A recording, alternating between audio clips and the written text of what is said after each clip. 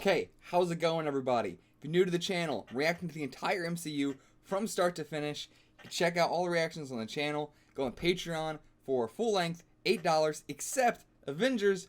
Every Avengers reaction I do, the full length will be available, 2 free for everybody. So you can check that out in the description below. Everything else, $8 for full length, $4 for early access. Go check it out. We're doing all the TV shows and everything too. We're about to get into S.H.I.E.L.D., so jump on board, and that's it. Go watch the reaction and come back here for the hour-and-a-half long fucking discussion, because we had a lot to say about this movie. As always, I am Donut, and I'm here with Thermite, Andrew. Hello. I always say your name over you saying hello every time. Every one of these discussions. Never stop. We're talking about the Avengers! Oh boy! Oh, a fucking, 2.5 hour movie. This is gonna be a long-ass discussion. And, I mean, this whole video is gonna be a discussion since I'm only putting out the full length, probably. Or, I don't know what I'm doing. We'll see. You guys have already seen it. Well, I sure hope that was the full length. Let's just jump. We're gonna be going scene by scene through this, because trying to talk about it all overarching is gonna be way too difficult for something this big. So let's just start at the very beginning with the whole, everything from the beginning to the portal and Loki coming through and all of that. I don't know if you have any notes at all, or if you're just going off the top of your head. I have none, but I've seen the movie quite a few times, so I should be okay. Okay. I just wanted to be I'll just go through my notes, basically, and then you just, be chiming in with other stuff. I didn't want to go past your notes if you had some. Alright, I don't. Go ahead with yours. But, I mean, they bring up Phase 2 in the very beginning, but maybe we should hold back on talking about that towards the end, when I'm talking about my ideas of what everything is going to be going forward from here. I will say, they do define what Phase 2 is in the movie. Did they? I thought they were only, hinting towards it. No, they do straight up say that their plan to weaponize the Tesseract was Phase 2. Oh, okay. Okay. I assumed Phase 2 had something to do with Phase 2 of Marvel, but, I guess it was a separate thing. I mean, maybe it's connected, but I'm not really sure what Phase 1 would have been then. I mean, it is definitely intentional that they called it Phase 2.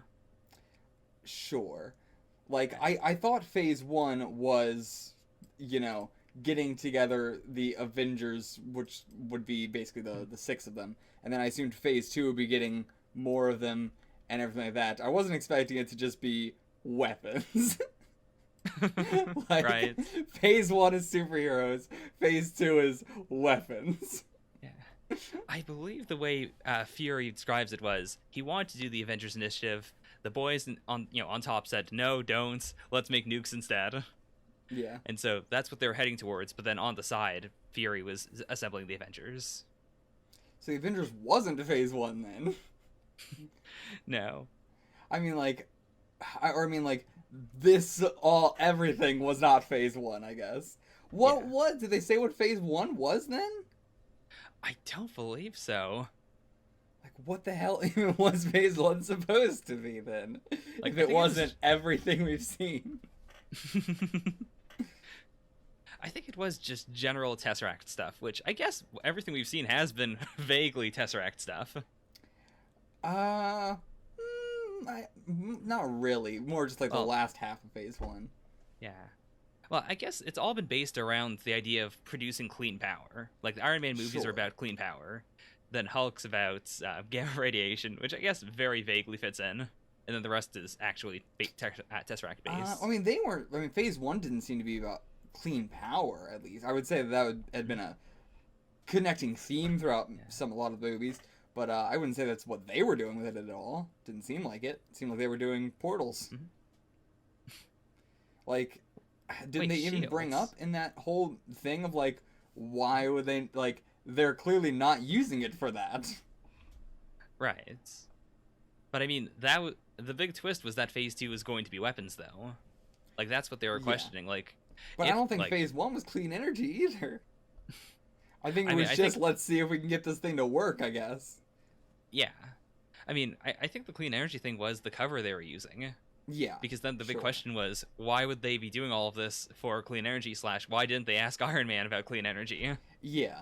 So like, I mean, yeah, but I guess is that it can't be the cover to the council either, because the council would just say, why don't you just ask Stark? I don't know.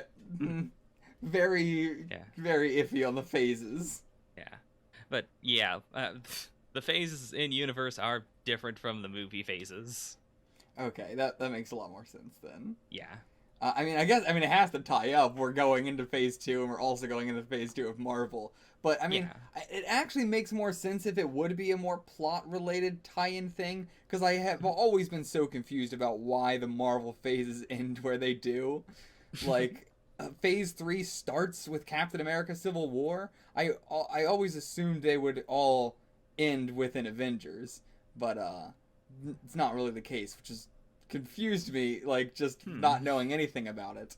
So Right. if it's more plot related, like, yeah, it has nothing to do with like these superheroes are phase 1, these superheroes are phase 2, or whatever, and just more of like a phase 1 was just trying to get the Tesseract to work at all, and then it didn't. I mean, they didn't even succeed. It just like did. Like, Yeah. nobody did anything. It just suddenly did. And then, yeah, phase 2 is, I guess, weapons and stuff. And phase 3, I don't know what it could possibly be. Maybe something to do with the base of operations. Making it be able to travel between worlds, maybe? I don't know. That's the only other thing I could think of to go higher than, like, guns. But, I mean, I guess maybe that is what phase 3 would be. A sustainable portals, maybe. Sustainable travel between worlds. Because we still don't really have that. Yeah. I mean, the only sustainable travel we seem to have is that just Odin can do it. Odin can just be like, alright, sure. Well, it takes a lot out of him. He's not supposed to do it. Yeah. I guess so. But it's a much bigger thing when he's like, you're never going to be able to go to Earth again unless Father allows it. Gotta wake him up from his Odin naps. Oh yeah, very incredibly happy to see Dr. Selvig return. I was, he was like my favorite part about the Thor movie, which is weird to say, but I guess he wasn't my favorite part of the Thor movie, but he was honestly probably my, like, aside from just Thor and Loki themselves, like, I feel like it's like, but even putting off against like Odin or any of Thor's guys, or even like the love interest, like, yeah, he's easy third. I'm glad he's coming back, and seemingly he's gonna be sticking around as a member of Shield, like a scientist or something. Yeah. I mean, in a way though, he is like a member of Shield, but they also got him like under lockdown. Yeah. Like, he was not allowed to leave or anything. So I don't know how that's working. He seems a little bit more like a prisoner than he's working with him. He kind of went from being a prisoner to being another person's prisoner. That's life. That's life for a doctor. What else? Yeah, Black Widow being interrogated, and just like both scenes with that, where I can't believe it worked on me a second time. Like, I fell for it again. Oh boy.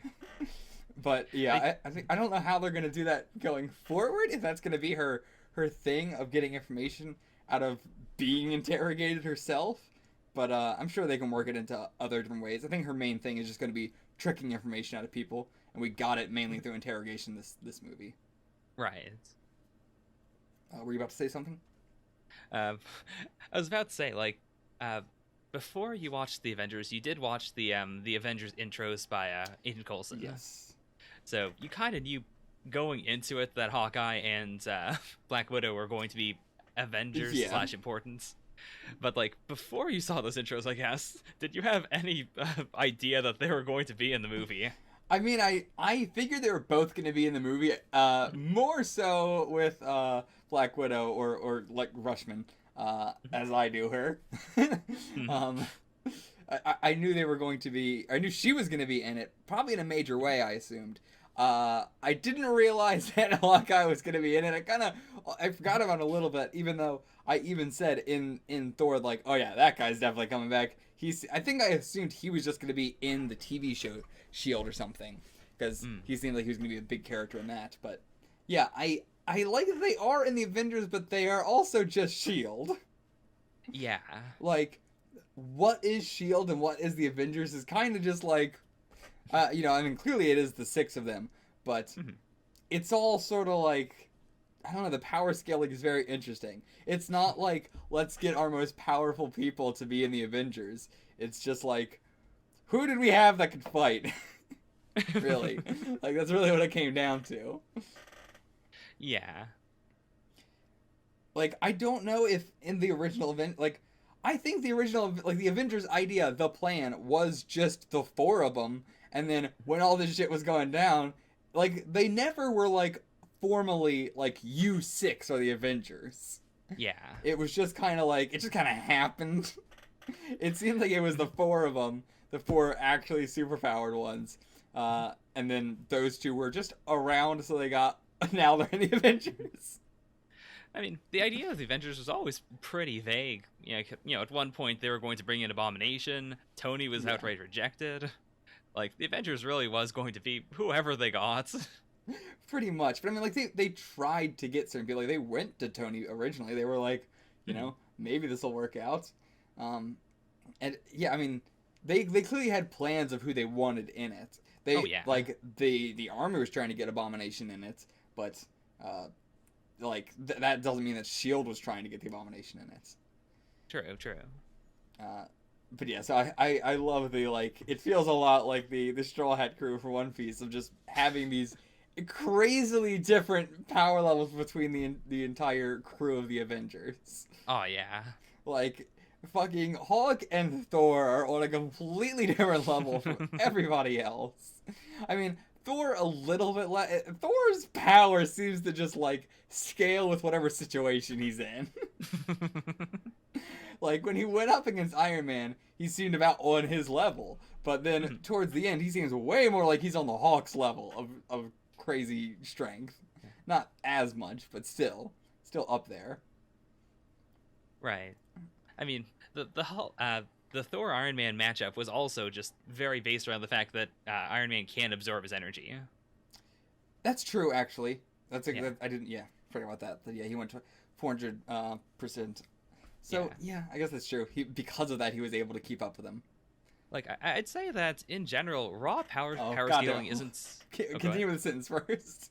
Oh, sure. Raw power scaling isn't that important because, like, it really depends on who they're up against. Someone who is a lot weaker than someone else can still win/subdue them. Like, a lot of the Hulk is just calming down the Hulk so he doesn't kill everyone. Yeah. Alright, really quick, I have to put my fucking backdrop back up. Okay. Keeps fucking falling down. This tape is so terrible. Gotta have it up so we can green screen you. I don't think this is how green screen works. It's fine. It's this specific one that never holds. I mean, I am using masking tape, so I should probably use something better, but... Yeah, I wouldn't know how to do it. My own green screen is not a screen at all. I just don't have the lights on. It's the ultimate green screen. I mean, why do you keep saying green screen? Because that's the general term for it. Like, even in movies, they usually use a blue one, but the term is green screen. The term is backdrop. I'm not using a green screen. I mean, you green screen yourself when you make the thumbnails. I assume that was the point of the backdrop. No, I mean, like, no, I don't. Because... Do you not? No, I can't do that. It's not a green screen. It's a terrible green screen. It's not really one color because it's so transparent.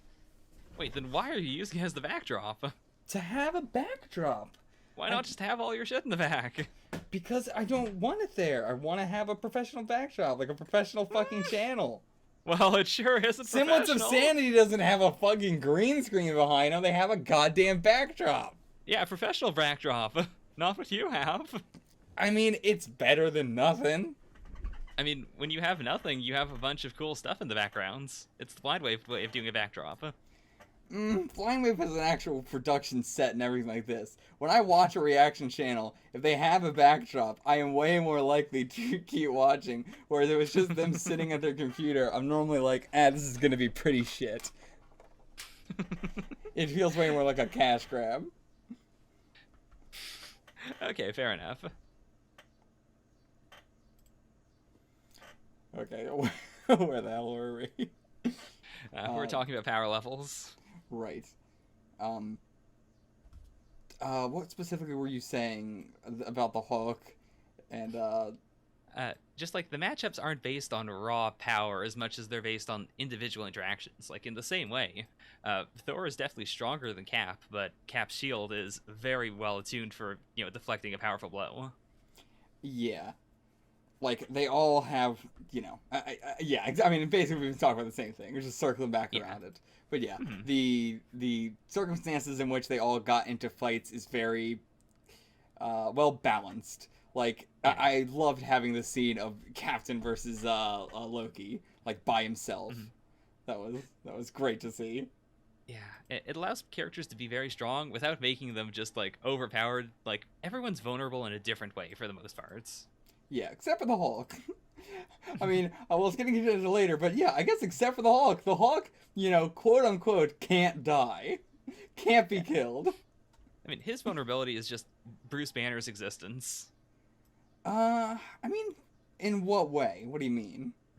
I'd say more like just if Banner doesn't turn into the Hulk / he's scared of it. Like just that's the main flaw of the Hulk as an Avenger is just you don't always have the Hulk around. Yeah, it's just if he doesn't want to. Yeah, but like once Hulk's out, he is basically invincible. I mean, even when he's not out, he's invincible. You can't kill Banner. Right, he tried to kill himself, didn't work. Yeah, so like, and by a bullet to the back of the throat. So like, it's not even like, well, if you do it quick enough before he can turn into the Hulk, it's like, no, he's just like, I mean, I want to. Okay, I guess let's just talk about Banner now. Sure.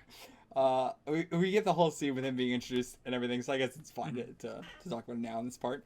Yeah. But I don't know. The more I think about it, and the more I rewatch scenes from it and stuff as I was editing, the less I like him. I don't know really how I feel about this Banner. This Hulk, I think, is a lot more expressive and a lot more fun to watch, honestly. But this Banner, this cat, I cannot believe that the Incredible Hulk is connected to the MCU. Okay, give me this breakdown of what you like about Norton Hulk versus what you like about current Hulk. Or Incredible Hulk versus Avengers Hulk. I mean, like, about the Hulk itself, Banner. Like, I mean, one, the CGI is so much better and everything like that allows the face to be much more like, I don't think the Hulk in Incredible Hulk was Edward Norton's face, right? No, it wasn't. Yeah, whereas, and this is definitely, what is his name? I can't remember. Oh, boy. Mark Ruffalo. Mark Ruffalo, yeah. It is clearly Mark Ruffalo's face. It's even so weird seeing the Hulk with a fucking beard. I can't get over that. It's so weird looking. But aside from the beard, I like this Hulk way more just because it allows him to be more expressive. It allows, him to feel more like a character and less like he's just constantly not being able to control it, which I also don't understand. Can the Hulk control it or not? I really don't know. This movie was...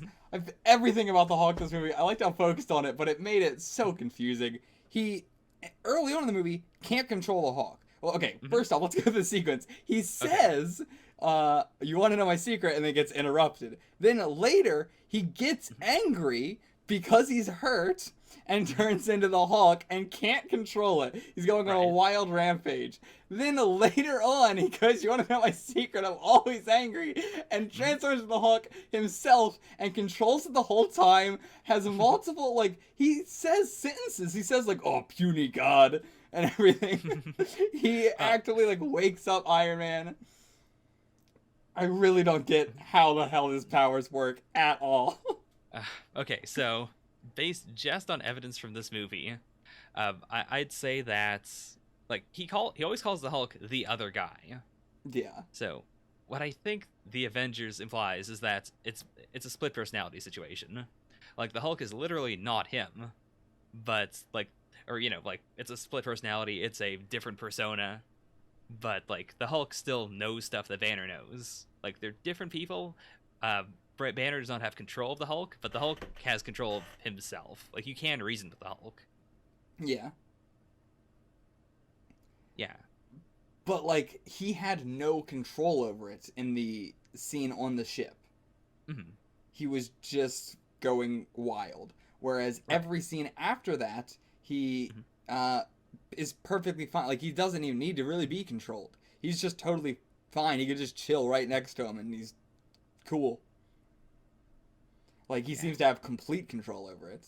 Not like it is Banner controlling it, but he at least seems like he has complete control over what he's doing and knows I shouldn't hit this person, I should hit that person. Yeah.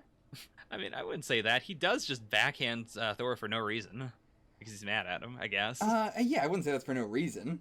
Like, he waits, then punches him, and, like, does a little, like, you deserved it. Like, he does that little smirk and, like, Right. Like, it wasn't like a, person punch. It was clearly a, that's Thor, I don't like that guy, punch.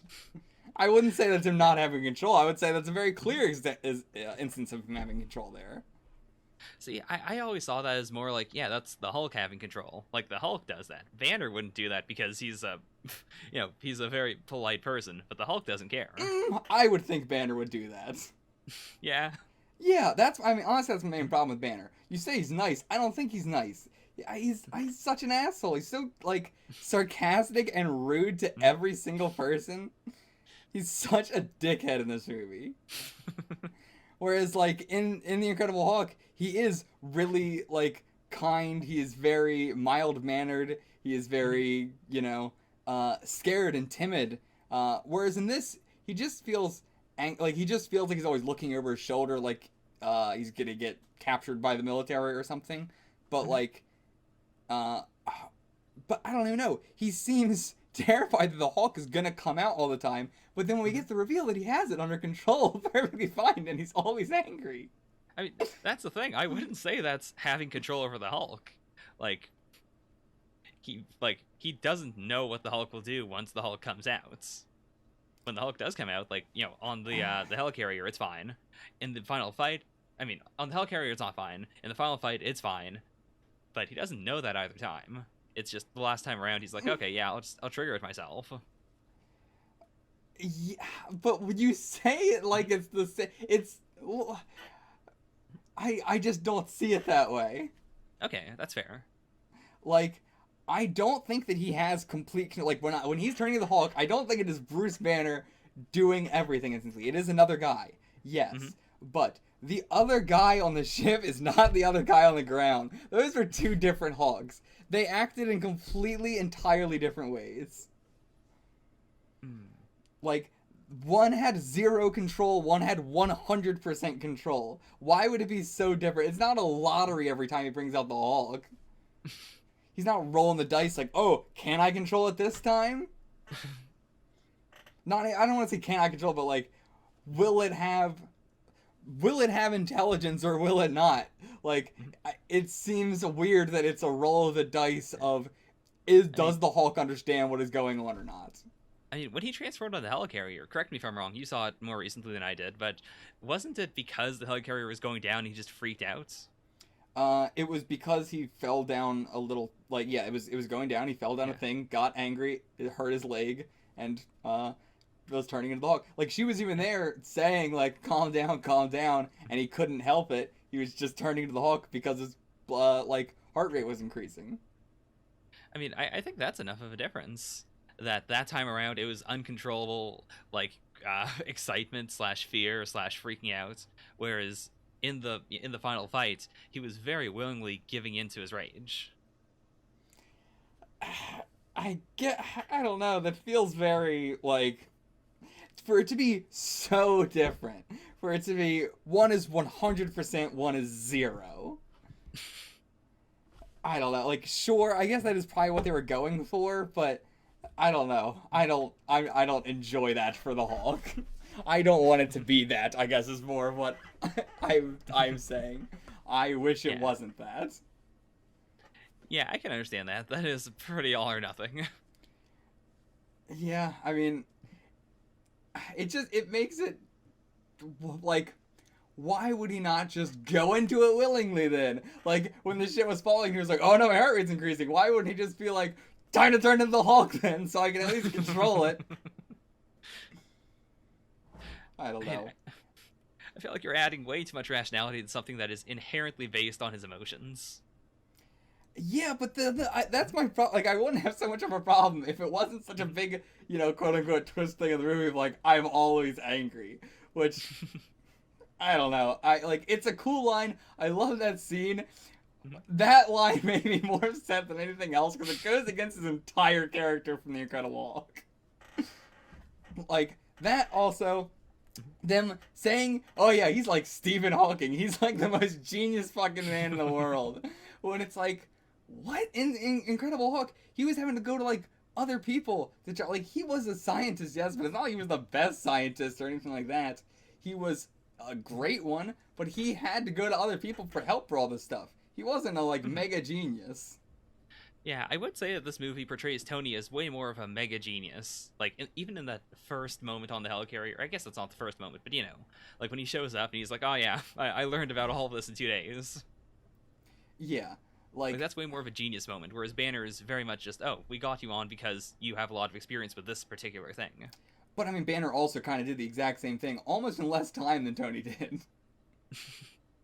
Like, he got caught at the speed where Tony was on the ship. True. So it's like, Tony had the line, but they both did the same thing. And more like, I just don't like how much his character is blending into Tony Stark. He does the same thing of like talking down to everybody like he is smarter than every single person in any given room. And it's like, I don't know. I really am not a fan of Banner being this much of a smarmy asshole. Like, it just is blending way too much into Tony Stark. I can agree with that. Like, and not Tony Stark is funny. Banner is not funny. He's just an asshole. I can totally get that. Like, the Avengers have a lot of very clearly defined personalities, and Banner in this movie does definitely blend into Tony's territory, which is a big no-no when you have this many, like, unique characters. Yeah. And, yeah, I mean, I also feel like Edward Norton just did a way better job of selling the being afraid of the Hulk. Like, again, this guy, he does a good job of feeling like he's always watching over his shoulder, but like, I don't know, he doesn't sell the idea of him being terrified of the Hulk very much, especially when we find out that he's just not. Like, I just don't know why he is if he can control it. I mean, I don't think he can control it. He did at the end. You keep saying that, but he did at the end. No, he just said, I'm always angry, and then he turns into the Hulk. He doesn't control it. He just turns into the Hulk. He takes orders. Yeah, but that's the Hulk taking orders. It's not Banner. I really don't think there's that much of a difference. So you know what I'm saying. The Hulk had control. The Hulk had control then. If I say it like that, do you understand? Is that better? No, because why would Banner be happy with the fact that the Hulk has control? He would still be like, well, I black out when I get mad and I don't know what happens. But I mean, so he's saving the fucking world. I mean, he doesn't know that. I mean, to be fair, he hopes so. Well, actually, let's get into that because they set up and knock down like all of their faults in this movie. Specifically, I mean, we'll get into all of them in a second, but Banner specifically was the fact that like he'll just ignore everything. He's like, fuck it, I'll just rather let the world die than do anything. But like his big thing was being like, fine, fuck it, I guess I will transform into the Hulk and save the world. Like, that was his big character moment of like going from the guy who's just like, fuck it, I'll just let anybody else deal with it other than me because I don't give a fuck and, let the world get destroyed. I don't care.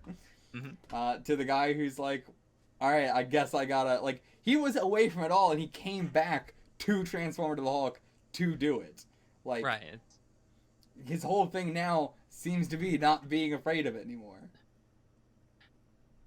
Yeah, but even then, like I Like feel like that's he's working with Stark Industries now. He's in Mhm. the U.S. and stuff.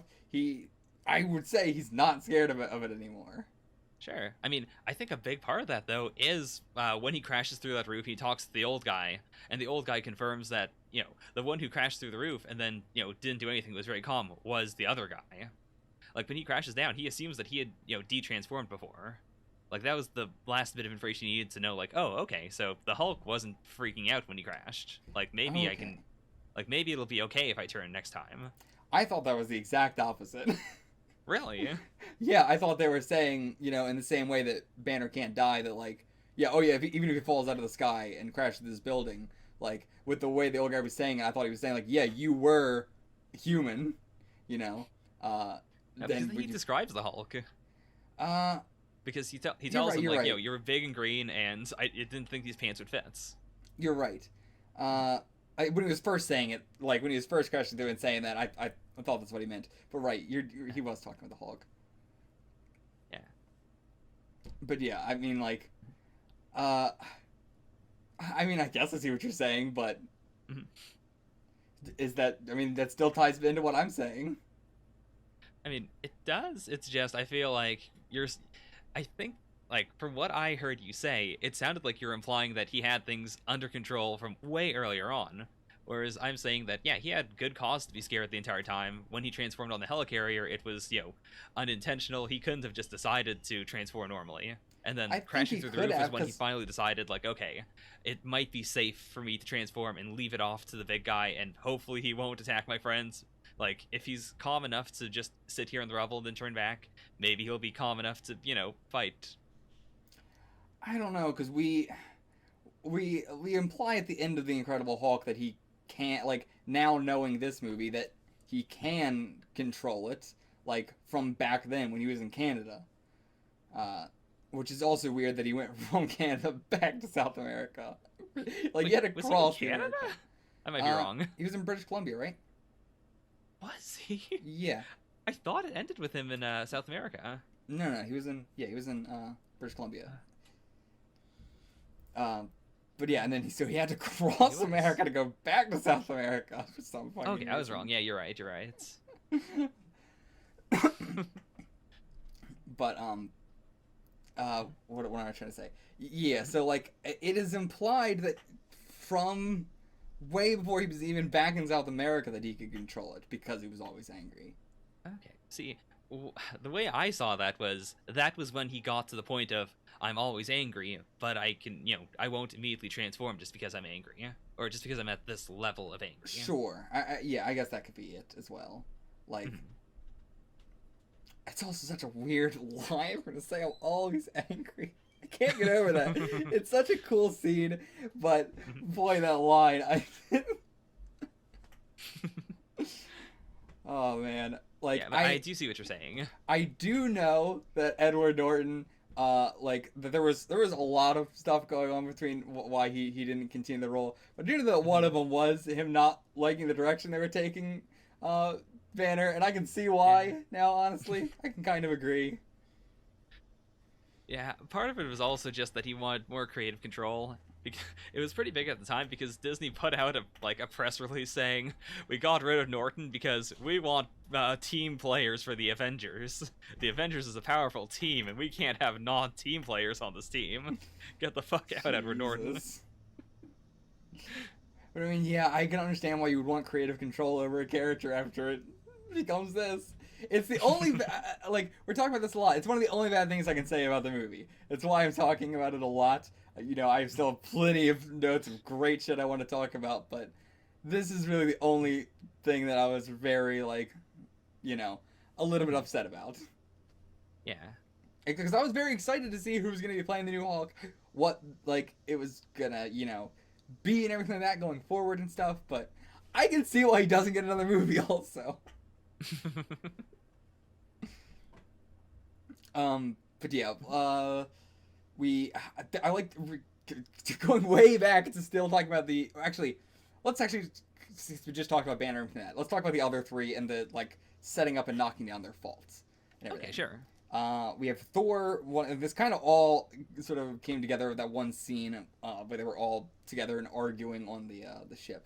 With Yeah. basically Thor wanting to do everything himself and just still thinking himself like it is very. We have the whole thing in Thor of him being worthy of the hammer, but then in this movie he goes through the same thing of being cocky and thinking himself a god, and then later at the end it tells Loki like, you see yourself as a god. That's not how you rule over people. It was like, you were just doing it earlier today. But I mean, yeah, that is this sort of thing, and I think the more moment where it sort of comes into fruition for Thor is when he's like taking orders from Captain America. Yeah. I think that's the more moment where he's, not seeing himself as above all these puny humans and everything. Yeah. Because, like, even at the end of Thor, I wouldn't say he saw himself above humans, but I guess I would in the sense that, at the very end, the big problem is, all right, there's this thing that is hurting innocent people. I have the power to save them because I am inherently, like, I'm stronger than everyone else here. I am different. I am an Asgardian. Yeah. And then this movie is where he makes the jump from, like, there are other people that are as strong as me, / they're as good as me, they're as defendery as me. Yeah. Exactly. So he goes from being worthy of the hammer to accepting that other people are worthy to be on the same level as him. Yeah.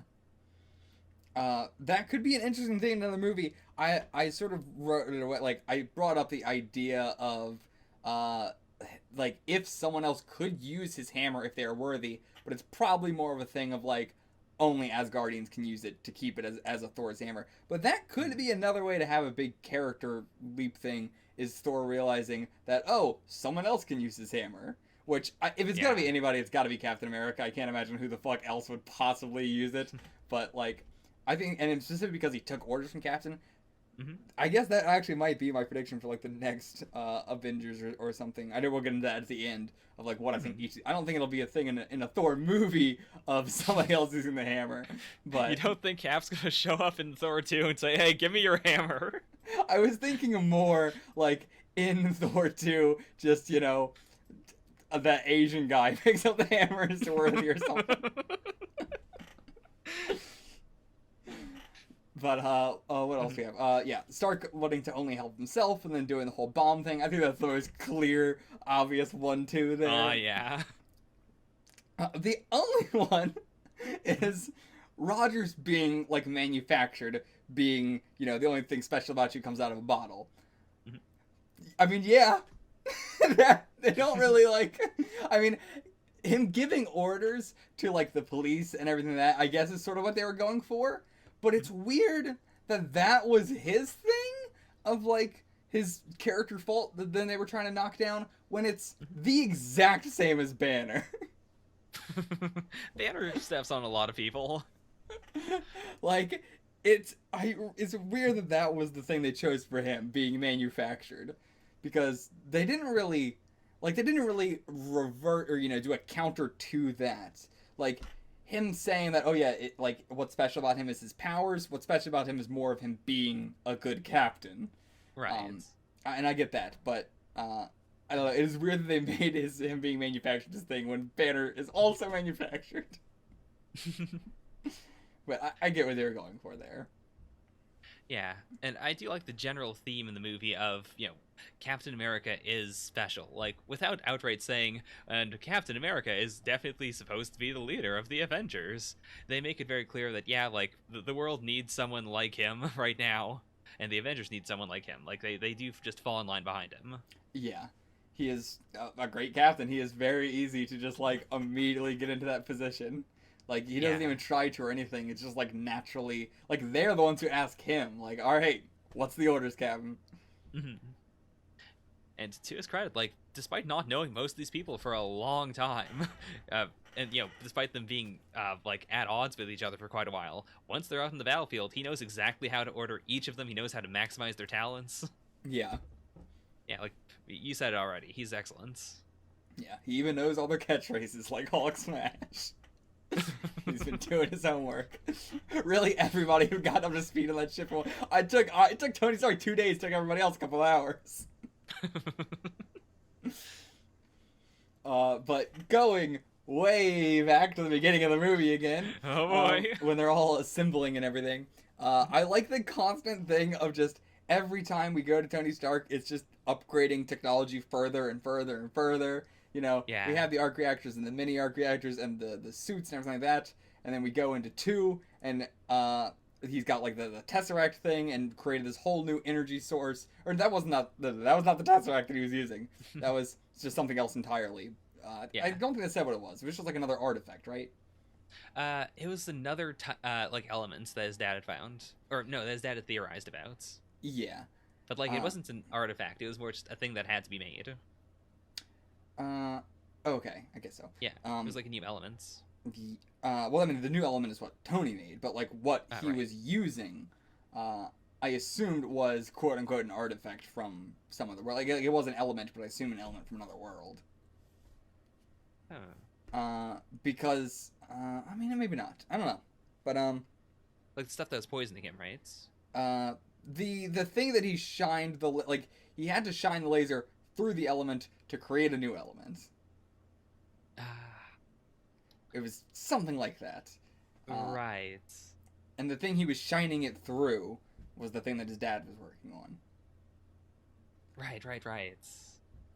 And he put that, like, shining the laser through it, the laser beam itself coming out of the thing was the new element. And he put that into the thing in his chest, the mini arc reactor. Like, he made that the new chip. Mm-hmm. But yeah, so anyway, and then now in the Avengers we have the whole clean energy and the Stark Tower and everything, which will probably just be the Avengers Tower from now on. Yeah, I know, he said the next one's gonna have POTS on the name of it, but no, it's just gonna have Avengers. I really wish the Avengers Tower just said POTS. Well, I mean, the S, T, R, and K fell off. There's just an A left. You could turn that into POTS. Could you? Just shave the A into a P. Pats. You're real weird for the Avengers to be working out of the POTS Tower. Oh god. Okay, what else do I have in my notes here? Oh yeah, Tony and Pepper is like the only sort of relationship side of the characters that we followed this movie.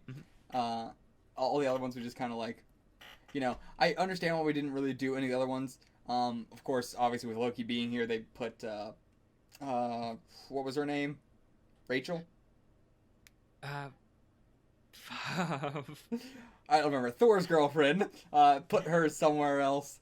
Obviously, Banner couldn't go with Elizabeth because of the whole army thing. I hope that they don't just write Elizabeth out because now he should be able to. He's working for Stark Industries. Assumingly, the military has, you know, been like, all right, fine, we won't touch him. Because he was just out and about in the world, like just walking around New York. So, in the after, you know, stuff. So, he was even at a shawarma place. So, he would not have, it would have been great if the last scene was them eating at a shawarma place and the fucking SWAT just busts in to get Banner. You're assuming they weren't surrounded by SHIELD agents. But yeah, so I hope they don't write Elizabeth Ross out. It will be really weird if it's her without now this completely other actor. But I don't know. I hope that, because they're gonna have to pull some real plot contriving shit to be like why he doesn't, you know, go see her now. And there's a lot of stuff they can do with that now, like with their relationship. So I hope we get more of that. It was also, you know, I like Tony and Pepper, and I liked. I mean, I didn't love it, but I liked it more than pretty much anything else. Banner and Ross. Okay, moving on. We got the whole kneeling scene with Loki and getting the guy's eyeball and using it as a retinal scanner thing. That whole see, like we had this fucking like Mission Impossible sequence in the middle of the Avengers. How did you feel about Loki in general as like the villain of this movie? One, I'm glad we got him immediately from the beginning, and like he was the main villain because again I was spoiled on that at the end of Captain America. With that trailer thing that is just a part of the movie for some reason. Yeah. What do I try to say? But yeah, I'm glad we got that right off the bat. But I dug him in this movie because being the villain, he wasn't like, he was not a super mastermind. He was not impossible to, like, there was nothing like crazy about it. He was very manipulative, but he was scared. His plans kept getting fucked up all the time, and he just like got his ass beat like so many times. There was very rarely a scene where he came out of a fight on top. He always had to do the skedaddle. But yeah, like, and him being almost like maybe manipulated by Thanos, possibly, like into doing like he already had these sort of feelings of being betrayed and wanting revenge and all that, and I wonder if Thanos sort of like flamed those on in order to get him to do all this. Because at a lot of times of it, almost immediately from the beginning when he comes out of the portal, he has a look of, I'm in way over my head. Yeah, like he definitely, it doesn't feel like he thought about this and was like, alright, this is my plan, I'm in control. Like, yeah, immediately when he comes out of the portal, he looks like, oh, fuck, alright, guess I gotta do this now. Tom Hiddleston is great at playing Loki. Oh, yeah. His expressions this whole movie were beautiful. Like, he definitely feels so much more unhinged, which is what makes me believe that he was being cultivated by Thanos in a way. And even if he wasn't, seeing him very quickly into the movie be like, I have to do this or I'm dead, this is probably not gonna work, but it has to fucking work. Like, I wouldn't say that he feels desperate at any point in the movie, but he definitely feels like he knows it's not gonna work, and he's just like really crossing his fingers like, oh, please God. But I think he's very, very happy that he got captured as opposed to anything else, like at the end. Yeah.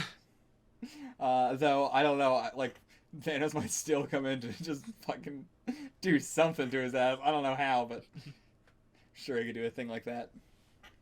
Yeah, like Thanos' ally slash whatever his title is, does tell him like, hey, if you screw this up slash if you betray him, there is nothing that's gonna stop Thanos from killing you. Yeah. So it's like, I doubt that getting captured is gonna help him that much, but it might now be like, I hope the Avengers can save me from getting my ass killed. Big ask. I was gonna say until the end, but fuck it, let's just talk about the Avengers name. Sure. So, like, we got what it is. They're avenging Earth, which seems like a pretty shitty name.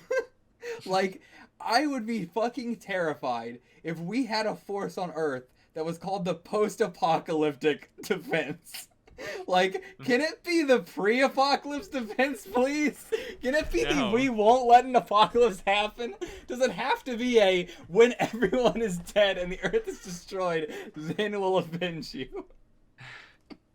Listen, heroes don't do premeditated self-defense.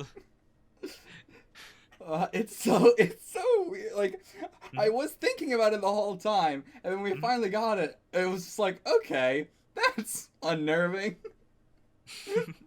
That's really not a name that instills like hope.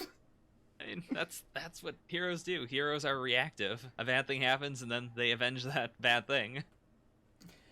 Yeah, but like it's also like I guess the name itself that is true. Like if the Avengers to the public, it will be actually better. I'm thinking about it as if people know about it already, but that's true. For the public, it will seem totally fine. The aliens came here, destroyed some shit, and now we have the Avengers who are avenging us. If anything else happens again, they're gonna be here to strike back and shit. Mm-hmm. But for what the Avengers was supposed to be, it was supposed to be a when the Earth is destroyed, we will go kill those guys. It really is less of a we need to defend Earth and more of a we need to just get the last hit in. When there's no Earth left, we want to be the ones that do the last slap. I mean, very realistically, very on the nose, the ones that are supposed to be defending the Earth at first are Shields. And when Shield can't defend anymore, the Avengers come in and avenge. I guess, yeah, that is true. But yeah, it's terrifying to think of it that way, that their whole plan was Like, we'll just use him when we're gone. Oh, that's terrifying. But. Mm-hmm. I am throwing out a wild, crazy prediction here already Oh? that Oh boy. the name the Avengers, in universe is the Avengers team.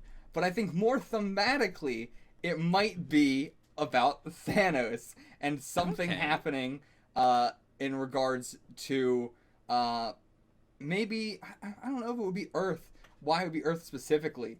But I would think it'd be more Asgard specifically, and Earth just got wrapped up in this because of Loki. Because Okay. Loki's just like, fuck Thor's girlfriend. Wait Like, a minute. I really don't know if the plan to attack Earth was Thanos' idea or Loki's idea. Do you remember if they explicitly stated that in the movie? Because I don't think they did. I think it was implied to be Loki. Uh, I believe it was implied that the whole point of that was to get the Tesseract, which is what Thanos wanted. So Right, yeah. so I Right, I and he guess knew it where the could have Tesseract was, and it was on Earth. Right, so I guess it wasn't Yeah, so- just a specific fuck you to Thor's girlfriend. Yeah, it would have been Thanos saying, "All right, I want the Tesseract. How do I get it?" And Loki saying, "Well, get me an army. We'll attack the Earth." Yeah. Yeah, true. Uh, but anyway, I mean, couldn't he have just taken it and left? I mean, that would have been the best case scenario. Like, yeah, it does feel way more personal. Like, he is just like, fuck Earth. I hate them. They're the reason my brother kicked my ass. So I got the Tesseract, but fuck it. We're sticking around for a little bit longer. Well, I guess they needed some shit, too. Yeah. For it. Like, to get it back up working again. Hmm. But anyway, where was he? Yes, so I guess it was less of a fuck Earth specifically. So it might not be a Earth did something, more of a possible.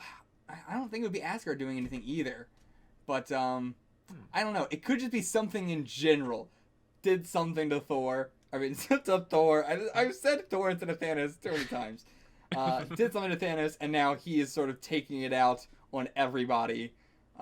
Sort of, Billy Butcher, Magneto style, just, fuck Okay. everybody. I think that sense. could be. I think that could be what it is, and that's why it'd be more thematic to him being the Avengers. It could be an Earth thing specifically, or an Asgard thing specifically. It would have to be some retconning stuff, but I don't think that would have to be too bad if they did it that way. Retconning, I don't even think it would be retconning because it would still be probably established at this point. Like they would have it in mind, but just not really try and find a way to work around revealing that. While we're talking about the name, I think the Agent Coulson's death is real interesting in that at the very end he doesn't get to actually say avenge, but he has the whole dying breath of they need something too. And then Okay, I didn't even get that. Didn't even make the connection. Like I did make the connection that they were all avenging him, but I didn't make the connection to what he was trying to say. Yeah, but like there's that, and then Nick Fury like taking Coulson's cards and like dipping them in his blood. Yeah. I find it really interesting that like they are, in addition to avenging the Earth, they're also avenging specifically Coulson, but Shields and Coulson to some extent, even though he was dying, they all kind of set it up. Like there's something real interesting about the idea of them. The first thing they're avenging being something that is like set up / they're manipulated. Into it. I mean, that is really what S.H.I.E.L.D. has done from the start. Everything we've seen them do is being manipulative, They're not bad, but they're extremely manipulative and extremely morally gray. Yeah, like I don't think anyone buys they brought Banner on just for his gamma radiation expertise. Yeah, I mean, they had a fucking cage for him. Yeah. Crazy coincidence. But yeah, like they manipulated. They were trying to manipulate fucking Rogers with how they woke him up and everything like that. They manipulated the fucking military by sending in Tony, and even manipulated by Tony by doing that. I don't think Tony really. I mean, I guess he did because he knows he was the consultant. So I guess he wasn't really manipulated into doing that. But Yeah. I mean, yeah, a lot of them are very. I mean, even when they went to go talk to Banner, and she was immediately lying to him. Listen, I came alone. Like, yeah, that scene with the cards really like nailed the like thing in the comic. Like, Shield will do whatever the fuck it takes to make them do what they want them to do. Yeah, and specifically Fury will. Yeah, I mean, I mean, even Coulson did it. It really, everybody at Shield just seems to be completely like, based off what I saw from Item 47 as well. Everyone just seems to be, I'm gonna do what I want, and whether Shield likes it or not. Yeah, that sounds about right. Everybody at Shield is an individual. There ain't no like, there's a hierarchy, but boy does that hierarchy not matter. Everybody just does whatever the hell they want. Even that one Shield agent playing Galaga, he was doing whatever he wanted. I mean, he just went right back to it in the middle of a crisis. The world is gonna be destroyed, and he's like, gotta play like Galaga. I mean, it was an alien invasion. What better thing to do than train by playing Galaga? What is this? The fucking like Pac-Man movie or whatever? What was that movie? Pixels? Yeah, Pixels. Oh my god. Where else are we on my notes? Hold on. Loki being captured, like wanting to be captured and that. So okay, it seems like his staff was also fueling their anger, like making it even worse, making them more aggressive. Yeah, for sure. Like that's definitely the implication.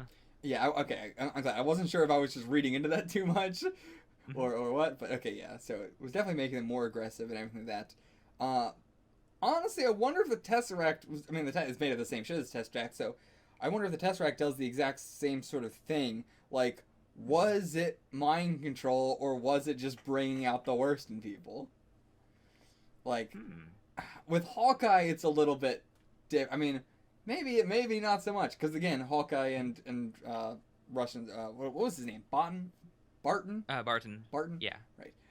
Yeah, Barton and Rushman. Their whole her real name is Rushman, right? I'm not using her fake name, right? That is her fake name. What was her real name? Her real name is Natasha Romanoff. Romanoff, that's what it was.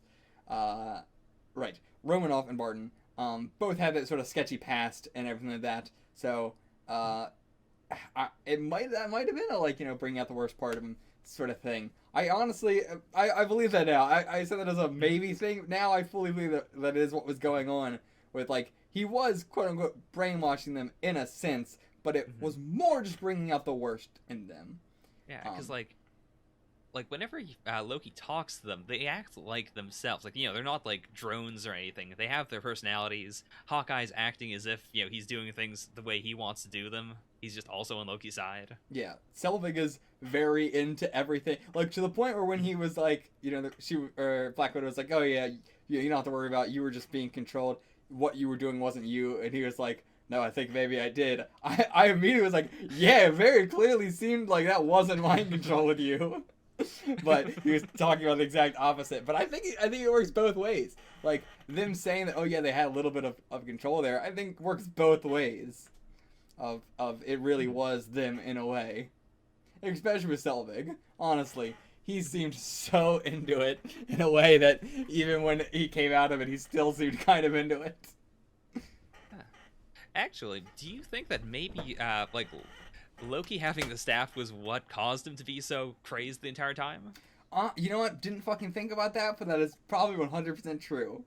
Like, the calmest he was when he was talking to Tony Stark inside the building, and I'm pretty sure he didn't have the staff at that point.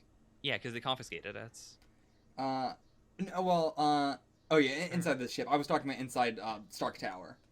Oh, there. Like, I think that was when his staff was outside on, like, the balcony. But I could be wrong there.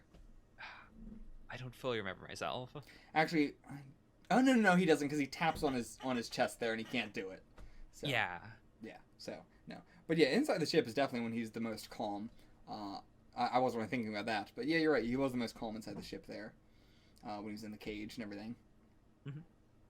Which was such a great interrogation scene. We kind of already went over, but that was such a great interrogation scene between him and I can't remember Romanoff. Oh, it's gonna be so hard for me to remember Romanoff. I mean, you can just call her Black Widow. That's fine. Yeah, no. I like calling them between the names depending on if I'm talking about them doing superhero stuff or I'm talking about their more character side of stuff. You know? Mhm.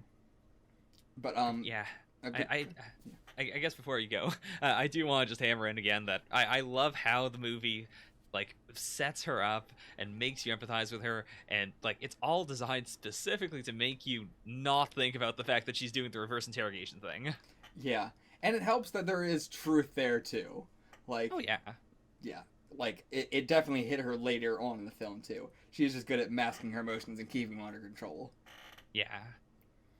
Going back of it, I love that it's seemingly canonically Iron Man plays AC/DC through his fucking speakers. Which is totally in character for him too. Absolutely feels like something that Tony Stark would do. But Yeah. like they all hear the Iron Man music and turn around like, what's that music playing? I'm 99% sure he was blaring it. It's got it. Like the way it sort of like fades out makes it seem like he's not, but they're not like reacting to the sound of him flying in because that comes in later. Yeah. They're all reacting to the sound of AC/DC fucking coming in. Oh, I love it. I adore it. I just, you immediately know, like, even myself, I'm just like, oh shit, Iron Man's here, you can hear the AC/DC. It's great that he has, like, a fucking wrestling intro music, almost. Yeah. That's an analogy I haven't heard, but it works so well.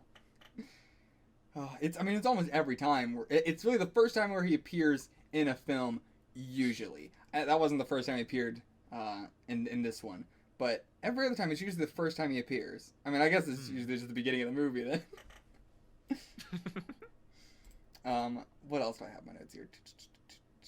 Yeah, Coulson's death in general, like, I was not expecting that at all.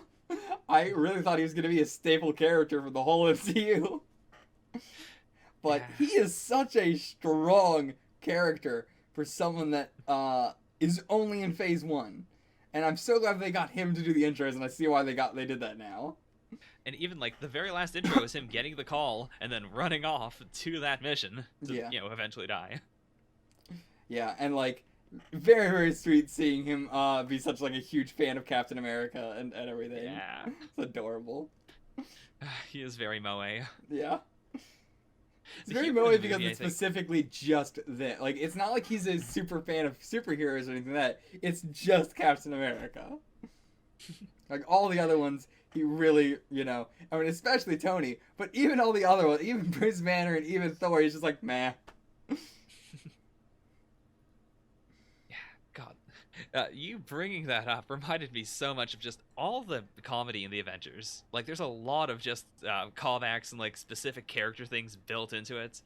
Like, the thing I was thinking about specifically was when they brought up the trading cards, and then he doesn't say trading cards, but the next time you see Coulson talking to Captain America, he's just immediately asking, like, hey, so I've been collecting these for quite a while. Would you care to sign them? No, I think you're remembering it wrong. It's, he doesn't bring up his trading cards the first time, and then Black Widow says, oh, at least he didn't ask you to sign his trading cards or anything like that. And then they bring up later when it's like, here's trading cards covered in his own blood, which you just signed them, didn't you? Or no, Agent Coulson does bring it up to Iron Man himself, and they're sitting there, like, standing against the wall doing nothing. Yeah, like, he just doesn't... The reason I love that scene specifically is that he doesn't say trading cards at all in the entire the entire dialogue. He's just talking about something, and you immediately get, like, oh, they're the fucking trading cards the Black Widow was talking about. Yeah, I guess he never did say trading cards. But yeah, like, there is an insane amount of humor in just, like, all of the Marvel stuff, which is very helpful. As someone who holds comedy to be the highest genre, like, comedy is my favorite genre of anything else. I consume more comedy stuff than any other kind of media. So something that is so action heavy and comedy heavy, I am in love with it. Like, I think that's why I'm so into the MCU. I would not be as into this if there was not as much comedy. And it's like every scene there's a fucking like great joke. Not even like there's a joke every like there is a great joke almost every scene. Were there any jokes in the movie that like fell flat to you that you remember, or did it all just work for you? I mean there might have been some jokes from Banner that fell flat for me.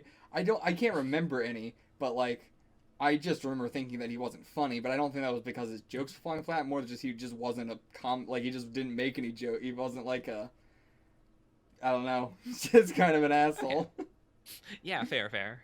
Like I guess there was some things that might have been supposed to have been played up for laughs. Like I don't know. I think I did laugh at even his joke of like, sorry that was mean when he like, yelled at Black Widow in the very beginning. But I don't know. That's not much of a joke. Not really. But yeah, I think honestly, like, I mean, Tony Stark, of course, is always gonna be. He is the comedic relief. But aside from him, Captain America was actually really funny in this movie. Just almost as like the straight man. He makes a fantastic straight man. I love the like. Oh, I got that reference. he's so triumphant when he says it. Yeah, I mean, I can understand why when he's around all these people just constantly talking about everything's going over his head. The best joke in the whole movie probably was, I don't know, it's a tie between saying that Agent Coulson's first name is just Agent, and that the $10 joke. Oh yeah. Those two I think were the best of the whole movie. Yeah, Captain and Stark just having such a like bromance I really was not expecting. Like they really bonded more than any other character, even more than him and Banner. Surprisingly. Yeah. I thought the parallel they did with Stark talking about his arc reactor and how it saved his life and how that's kind of like the Hulk saving Banner's life. That was an interesting connection. Yeah. They definitely had a connection there, but it wasn't much of a bromance. It was just kind of a like it was a Stark being a bully, as he always is. But I don't mean it that way. But right. It's him just talking down to Banner, but not in a way where he's actually talking down to him. Like in a way where he is trying to therapize him in a way. I mean, it's hard to bromance Banner. Yeah. I think what they did there is like it was a good try. I'm remembering the line from Better Call Saul with the movie director kid of just, does anybody like you? I feel like that about Banner. Just, does anybody like you? There is very briefly the Pepper Potts Agent Coulson bromance in the background when they first meet up at Stark Tower. Yeah, that was great. And again, tying it back in when Tony like blasts Loki and saying like his name is Phil. Yeah. The writing is very tight. Oh yeah. There's so many callbacks to everything that's happened so far up to the whole goddamn like from Iron Man 1 up till this. Like so many callbacks and everything. What else do I have written down? Oh yeah, that Captain America and Tony Stark both kill an innocent man. That just happens. We kind of gloss over that. On the ship when they have like all the people who are brainwashed attacking them and they throw two of them off the plane to their death. Oh yeah, I guess that happens. That just happens and they're just like, that's fine. Whoops. I couldn't get over that. It was like, okay. Like specifically Captain America doing it too. He's like such a nice voice. He's just like, that's brainwashed. We're never gonna be able to figure out how to take that off. Like, this all would have just been solved if they just focused on punching people in the head instead of throwing them. Every time they encountered somebody, they always throw them. I mean, that's just the thing in action movies now because I don't know why. It's in writer too. It's in everything. Just throw the person instead of hitting them. I mean, punches honestly are not that flashy. I guess not. I don't think throws are very flashy. It always makes the person look weaker. There's more kinetic energy there. Like, that's also why in Rider, like, when they try to do an impressive punch or kick, the person just flies backwards anyways as if they've been thrown. Yeah, but I mean, like, I don't know. It's like for the Hulk, it's great that he, when he throws somebody, they're dead. Like, but everyone else, it's just like, I don't know why you just didn't hit the person and knock them out. Like, it's always just an implied if someone is thrown, they're knocked out. You really need those G.I. Joe parachute moments afterwards to show that they're all okay. Yeah. Loki versus Hulk was a fantastic scene. Saw it coming from a mile away, but instant classic. Yeah, I mean, like, his little like just Loki being in the ground and making that like noise.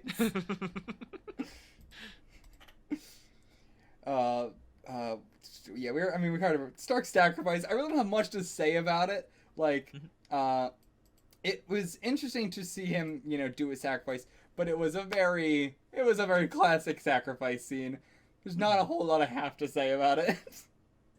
It was well done. There's nothing I have to add. Is there anything you have to add or say anything about it? Not a lot right now. I do think it's a strong moment. It shows once again that there is proof that Tony Stark has a heart. Yeah.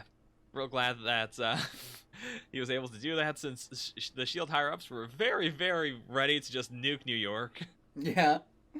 Just like, fuck it. That'll stop the aliens. I can't imagine you have much to say about the Chitauri, the aliens. I actually have a hell of a lot to say about them, but oh, really? We'll wait on them. I'm going through my, everything, my little extra notes before I get into the whole, mass war stuff. Okay, sure. Okay, yeah, I already talked about the banner being in Stark Industries now. Then yeah, I guess let's just talk about the Chitauri.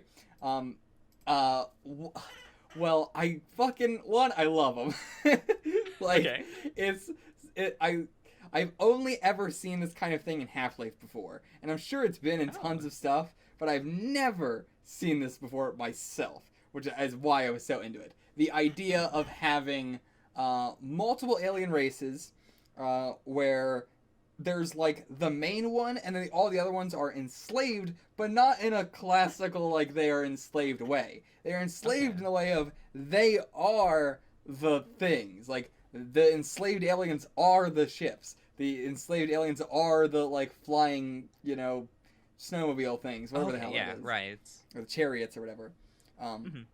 And even to the point where they're all hooked up to this all big hive mind thing that when it gets blown up, they're all just brain dead.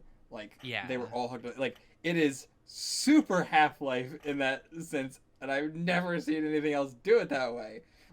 To that perfect extent too, with the big bus flying monster thing. That is straight up just the ships in Half-Life where it is mechanical and artificial.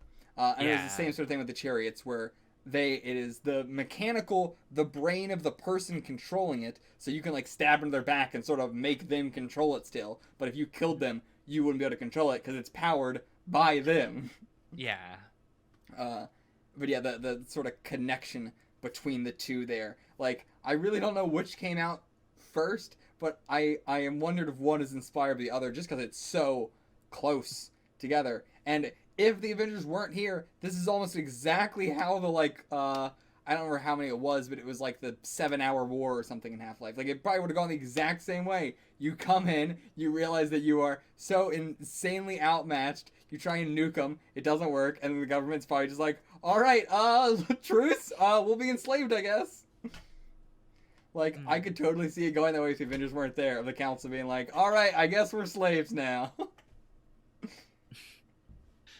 And even with them going after Stark Tower and everything like that, them going after the Citadel, them going after Dr. Breen, it's so close that I really wouldn't be surprised if it was. I mean, to be fair, it's probably all based on the comics, so I assume it would be more like Half-Life based off of that. But I know there's not an Avengers comics, but I'm saying I'm assuming the Chitauri are probably a comics thing. They are, but this is very different from their comics depiction. I didn't really think about it until you mentioned it right now, but they might be very Half-Life based, in this incarnation. Yeah, I mean, like, Yeah. I'm sure Thanos is probably, you know, the mastermind behind all the things and everything, and I can't wait to see 'cause that just means there's gonna be more and more types of alien races. Like throughout Half-Life, the games can just keep introducing new enemies because of different kinds of alien races that they've enslaved and getting to different like sort of thing. Like, you know, even having certain alien races that are powering ancient technology. Like that's all they really do is power the ancient technology. So I wouldn't be surprised if there's shit like that going on. It's possible. I mean, that's clearly probably what the hive mind thing. What like we didn't really get into it, but like it blew up and they all just kind of like stopped functioning. So Yeah. I don't know if it was them hooked up to a computer or if it was them hooked up to a big brain type thing. I don't know. It's interesting, but Yeah. and I would love to get more of that. Like, you know, we know the Chitauri, but like we don't know what any of that other stuff was. Yeah, there's a lot left to be explored. Yeah. Uh, and even like they have like the alien weapons. They have some of those now. We have like 47 of them that we could use. Um, Mhm. but like, are those the Chitauri weapons or are those another alien race's weapons? Or, I don't know how it works, but Yeah. I'm interested in it. I'm like the fact that it is that as opposed to it was just the Chitauri as an alien race and they're coming in. Like that is so much less interesting than, you know, showing us all these worlds that are like it really already makes Thanos such a threat because you know that he has captured and conquered and enslaved multiple other worlds. Yeah. I totally agree. It immediately establishes how big this threat is, even if you know nothing about him. Yeah. Like Like the fact that he was capable of giving this army to Loki is just a all right. Well, I can spare this. yeah. It was just a tiny, you know, army. Yeah. Which is fantastic. And again, yeah, it's not like his forces are getting destroyed in a sense. Hmm. And he seems to be, I mean, I assume he's probably like the only one. Like the Chitauri are under him. I don't think he's a Chitauri. But let's the whole like last, you know, action sequence and everything like that where it's just war and chaos and craziness and all that. Uh, Yeah. Insanely well done. So easy to follow, which is crazy for such a big chaotic scene. I feel like a lot of times when movies do that, it is, you know, you're trying to look everywhere on the screen of like, you know, what's going on, what's happening over there, what's happening over here, blah blah blah. But they did a very great job of being like, we're always going to be focusing on one sort of like thing at a time. The camera would Hmm. very rarely be like panning across a street as there's all these fights happening with all this crazy choreography and stuff. It was like, okay, let's focus on like this small little group of civilians right here and just follow them for, you know, a couple seconds in this scene while the Chitauri are flying by and Yeah. shit's blowing up around them. But it's not like you're seeing fights happening while we're following these civilians or anything like that. There's no fight happening in the background. You don't even really see the Chitauri doing anything in the background other than flying by real quick. Hmm. We anytime we have like an actual fight between one of our heroes, it's just sort of like even when there are multiple ones in a scene, like the you know we had like at one point like Team Normal and Team Super, you know, doing different things, and even with all three of Team Normal there, like it was focusing on them specifically, even when they were right next to each other. Like it Yeah. would be like let's focus on this one and then go a little bit over here to focus on that one and then a little bit over here, so it's not you know everything's so chaotic and confusing and stuff. Uh, Yeah. Like the and a only lot scene of I really quick, you don't really sure. get this in movies that much, but honestly, a lot of negative space. There was a Okay. great use of, despite there being so many things on screen and everything like that, the use of perspective. The vast majority of them were in the background, which creates this sort of negative space where the ones in the foreground are very much so in the foreground, and the ones in the background were usually very far away. Whereas any other war scene, it's kind of like the perspective goes from the very foreground to the very background. It's just a huge stretch of a wave of people. Yeah. I never felt like there was a wave of people, whether it be civilians or the you know Chitauri or anything. I never felt Okay. like that. Even huge panned out shots, it was always one clear focus point. Yeah. But what were you gonna say? That there is a wide range of types of action going on, like in part because of all the different types of Chitauri there are. Then, like on top of that, you have just the wreckage of buildings. You have the emergency services running around, and it is all very crisp and clear. Like the one scene I can think of that does feature basically everyone is the one where it's like a floating camera shot that like goes from each Avenger like one after the other, and it all shows them doing a thing. I thought And that even that is very entire thing smooth. was CGI. Like I thought that whole scene was CGI. Uh, I believe it was like the characters weren't, but like all the stuff involving the camera was very like it was a CGI camera essentially. Yeah. Yeah, I mean, I thought even the actors were CG in that shot, but it just looked so like crazily unreal. Not, I didn't think it was bad CG or anything like that. I just was Right. like, wow, there's no way that they filmed any of this. I mean, that's the thing that the Marvel movies like to do. Like, even when the CG is really good, because they're comic book movies, they do delve into that level of, this is a practical effect, but we're going to intentionally make it feel kind of unreal because, Yeah. it's a comic book. I mean, yeah, it definitely sold it. But Yeah, yeah, it's and that scene, yeah. I wouldn't say that is. I mean, that's still what I'm talking about. They would like, we're gonna show Captain America. It was like the camera moves, slows down, shows Captain America, speeds up, shows somebody else, speeds up, shows somebody else, and it keeps doing that. Yeah. If it was like, if they were all sort of on the street and the camera was just at one speed going through all of them doing stuff, I mean, that would still be a great shot. But like, specifically, it like, speeding up and slowing down and stuff really helped like focus like individual movements that each of the characters were doing. And none of them were Yeah. ever on screen at the same time. Which Yeah. I don't think that's a bad. I'm not trying to say like having multiple of the characters on screen fighting something at the same time is bad. I'm just saying that like in this scene where it was this huge, massive war, it was very easy to follow, as opposed to like something like Lord of the Rings. I can appreciate when there's a huge war and there's so many people on screen, and it's like it really feels like these two armies clashing, but it's also can be overwhelming and hard to like take in sometimes. They each have their own different appeals to them. But even something like maybe like Transformers. Transformers, the CG in it is fucking amazing, but goddamn, like the action in it is not that fun to watch because it's just Right. like it's so much robotic shit going on. Mhm. And there's so many characters on screen, and it's not like two armies clashing. It is this supernatural kind of stuff that is Mhm. all flying all over the place, blowing up, and it's like I can't follow fucking any of this. Yeah, like despite being a toy commercial, the Transformers movies definitely devolve into a lot of big metal things clunking against each other, and I can't tell who's who. Yeah, Whereas like the Avengers fight scenes, like especially in the final fight, it's very easy to track what everyone's doing, not just based on their designs, but also by like the movements they're doing. Like Black Widow's always doing spy stuff, Hawkeye's always doing Archer stuff. I guess he's also kind of doing spy stuff. But yeah, like they all have very distinct movements, and the people they're fighting, like all the fight scenes are very different, without it feeling like super over the top difference.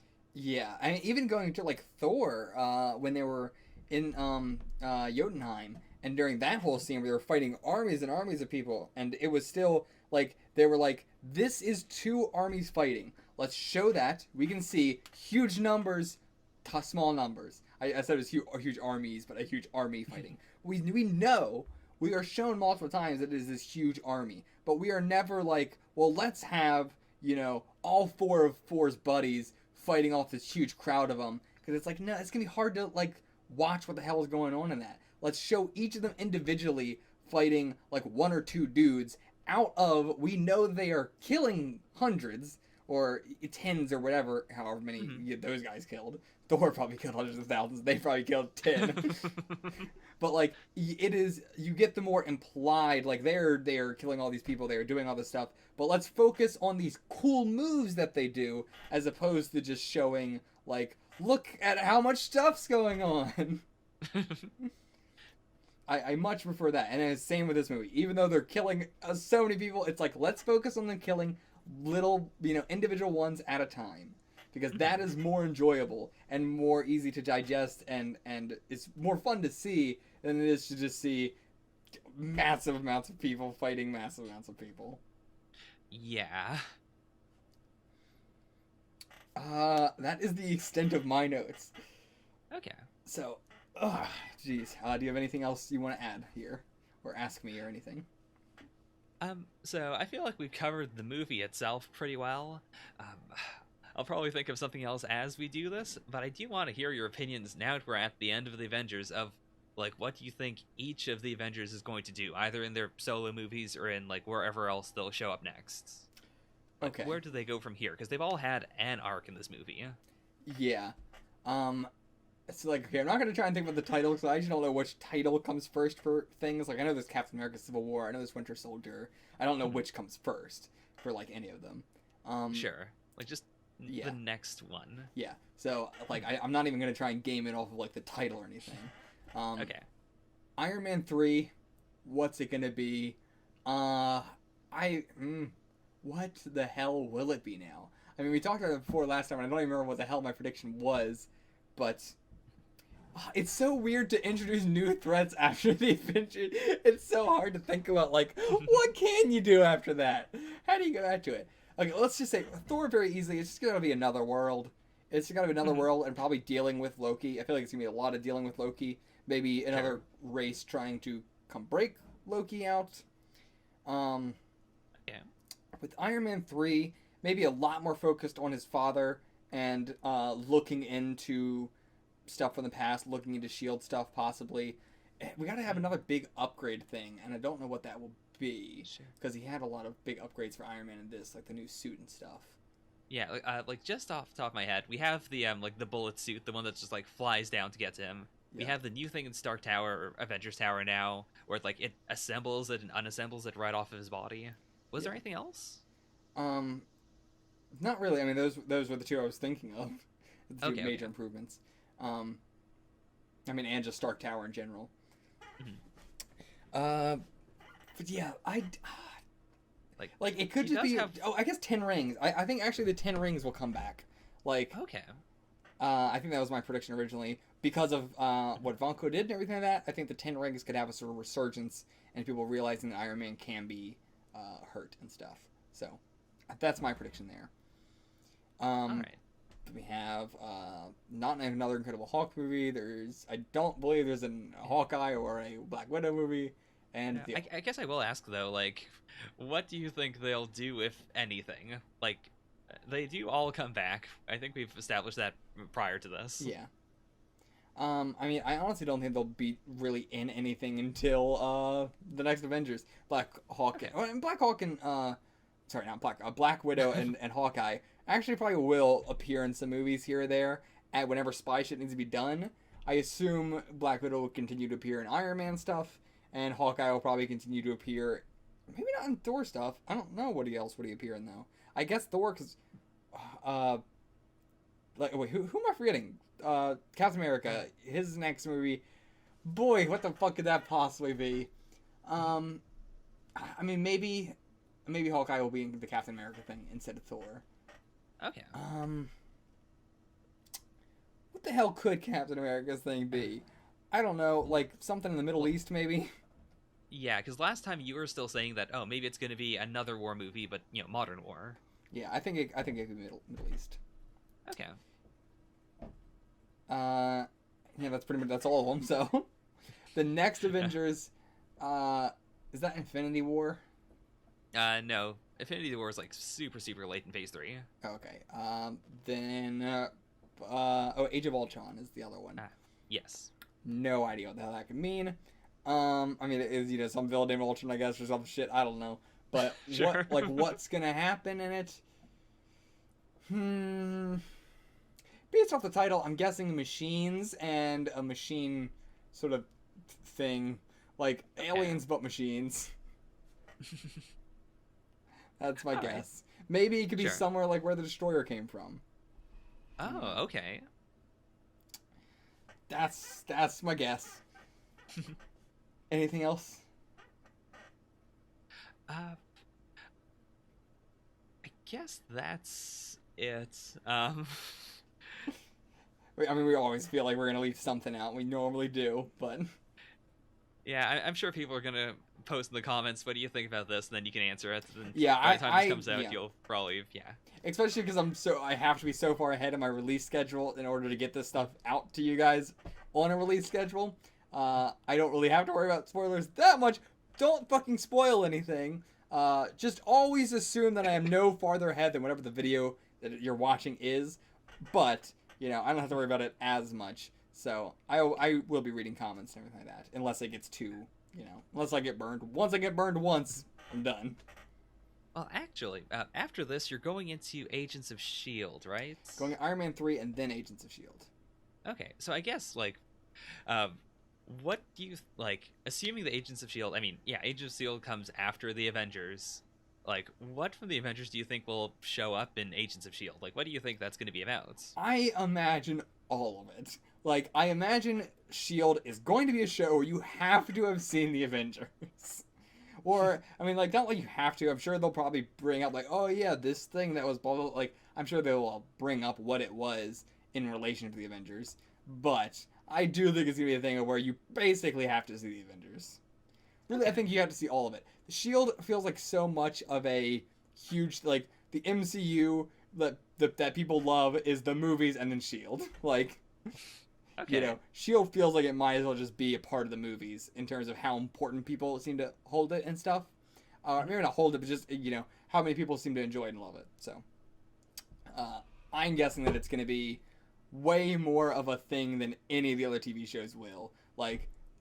It's going to be calling back to fucking everything. All these people are going to be coming back. Each of the seasons is going to be tying into shit constantly.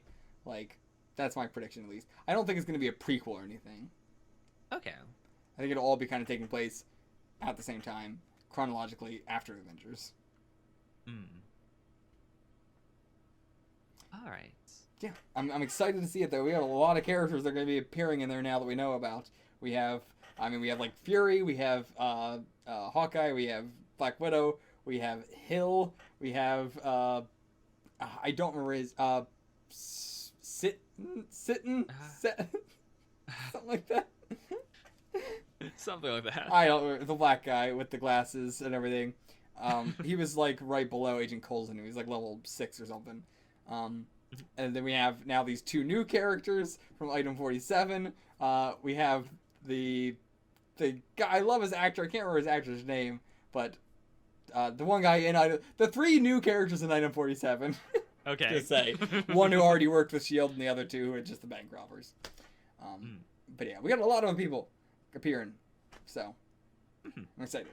I hope we get a descendant of Carter in some way, but I don't know why she would have babies. I kind of don't want her to have babies, but I also want her to have a descendant. It feels almost like Hawkeye is her descendant, because he is has such good eyesight, is really good with aiming and sniping. Okay. I mean, I could see that for sure. I don't think that's what it is, but I think it's a completely different last name and everything, but I mean, it's been 2 or 3 generations, right? I guess so, yeah. Yeah. Yeah, I guess that could be the case. Well, I will see you guys for Iron Man 3, for the rest of the MCU, and everything else that we do on the channel. Thank you guys for watching. Stuck around to the end. You're awesome. Thank you. Get the fuck out of here. Bye.